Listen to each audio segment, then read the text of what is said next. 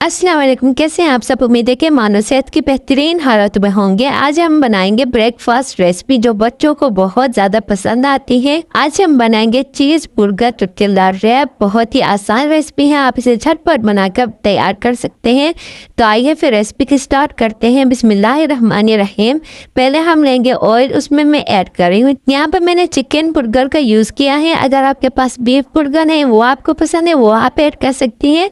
अब हम इन्हें फ्राई कर लेंगे। फ्राई हो चुके हैं, अब हम निकाल लेंगे। अब हम लेंगे टुटकेला और इसमें एक साइड में पहले हम कट लगाएंगे। फर्स्ट साइड में हम ऐड करेंगे मोज़रेला चीज़, सेकंड में हम ऐड करेंगे चीज़ स्प्रेड, केचप और टमाटर। अगर आपको खीरा पसंद हो आप वो भी ऐड कर सकती हैं। और थर्ड पार्ट में हम इसमें ऐड करेंगे सलाद।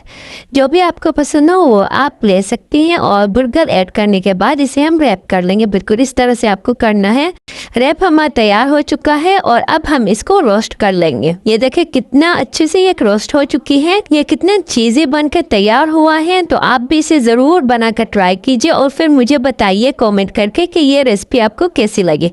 ये बहुत वायरल है आज का टिकटॉक में, तो आप भी इसे बनाकर अपने बच्चों को खुश करें और आप भी इसे मज़े से खाएं। तो फिर मिलते हैं नई वीडियो के साथ, नई रेसिपी के साथ। खुदा हाफिज।